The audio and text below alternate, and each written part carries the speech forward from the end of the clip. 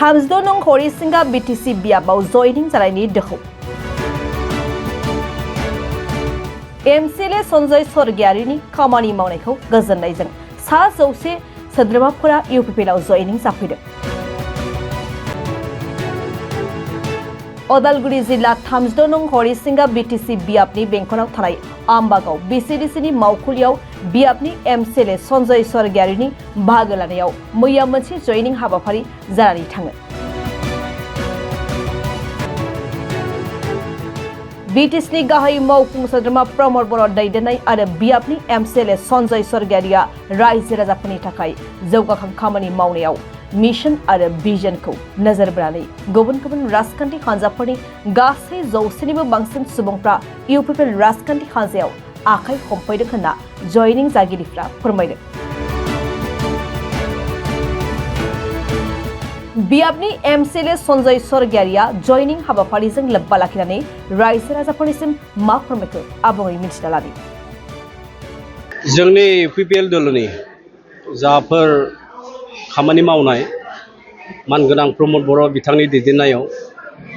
आरो बे बिटिआर ओनसोलाव बहुद डेभेलपमेन्ट खामानि आरो बे खामानिफोरा जाबाय थानायखौ दा नुबाय, भिजिबिलिटि ओंखारबाय आरो बेजों लोगोसे इउपिपिएल दलनि राजनितिक जे पलिटिकेल पार्ट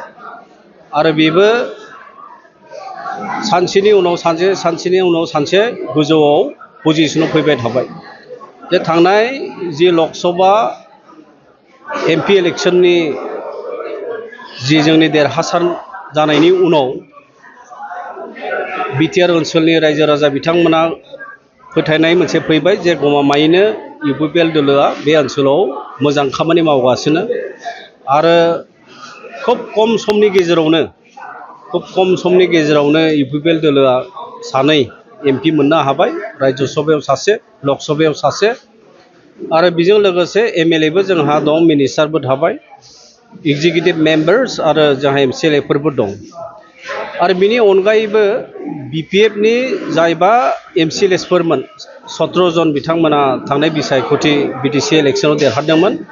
दा बिनि मादाव प्रायानो इउपिपिएलआव माखासे जयेन जाबाय आरो माखासे बिजेपिआव जयेन जाबाय। दा अस्तित्वआ दिनैनि तारिखआव बिपिएफआ गैलिया आरो बेखौ रायजो राजा बिथांमोना नुनो मोनबाय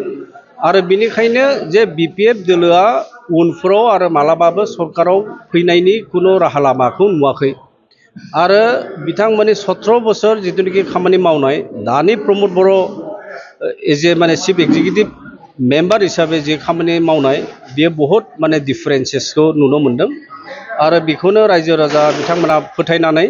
जे नैबे इउपिपिएल दलआ रायजोनि दोलो आरो रायजोनि थाखाय खामानि मावनाय मोनसे दोलो आरो बेखौनो फोथायनानै दिनै जोंनि हरिसिंगा समस्तिनि सिङाव आम्बागाव प्राइमारि कमिटियाव 100निबो बांसिन बिपिएफ दलनिफ्राय जोंनि इउपिपिएल दलआव दिनै जगदान जाफैदों। आरो बेबायदिनो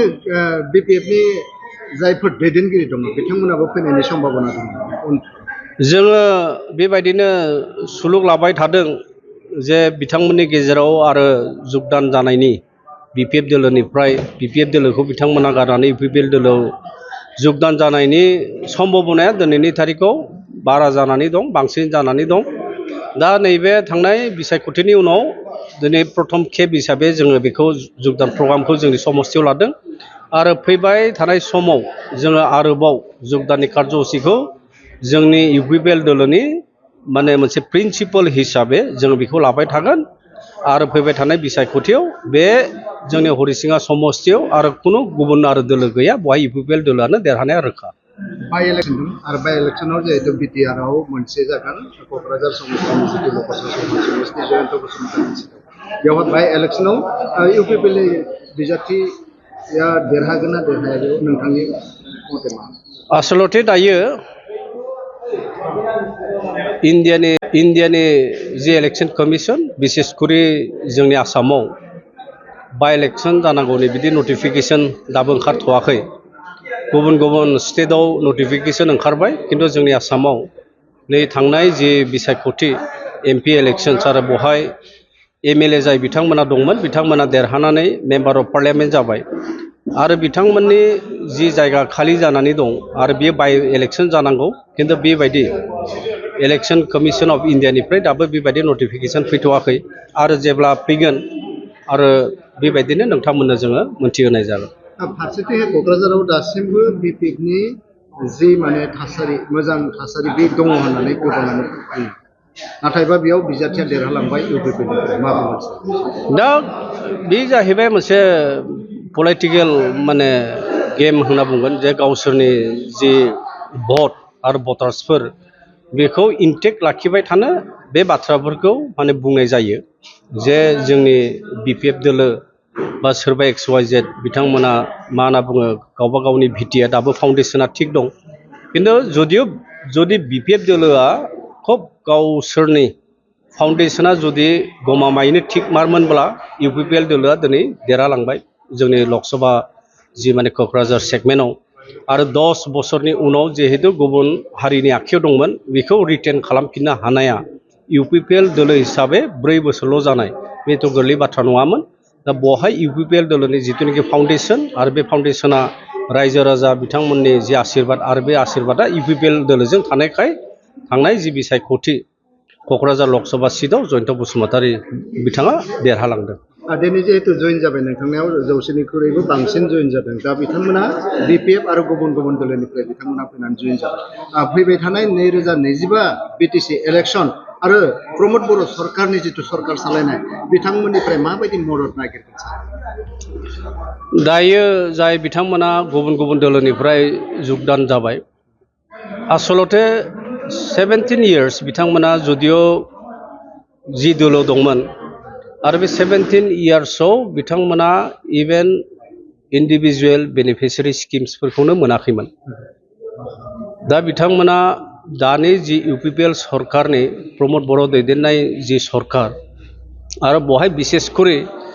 इन्डिभिजुवेल बेनिफिसियारि जि स्किम्स आरो बे स्किम्सफोरखौ नोजोर होनानै दा मोजां बेबायदि मोनसे पलिसि लाबोलांबाय थादों। दा बै इन्डिभिजुवेल्सफ्रा 17 इयार्स थासेयावबो जुदि बिथांमोना IBS स्किमखौनो जुदि मोनाखैमोनब्ला दा बेबायदि दोलोआव बोरै थाखो? दा बेनिखायनो दा जिहेतु इन्डिभिजुवेल बेनिफिसियारि स्किम्सनि मोनसे सेन्ट्रिक आरो पिपल सेन्ट्रिक नैबे इउपिपिएल दोलोनि जि मोनसे सरकारा आरो बेखौनो नोजोर बोनानै जे बिथांमोना इउपिपिएल दोलोआव थायोब्ला गावबा गावनि जि माने सरकारनिफ्राय मोननो गोनां आसनिफोर आरो बे आसनिफोरखौ मोनगोन आरो बिथांमोना फैबाय थानाय समाव इउपिपिएल दोलो आरो जाय बिथांमोना थाबोदों आरो बेखौनो बिथांमोना बेफोर थाबोनायखौबो आरो बिथांमोना जोंनि इउपिपिएल दोलोआव जगदान खालामहोगोन बे खोथाखौ बिथांमोना बुंदों।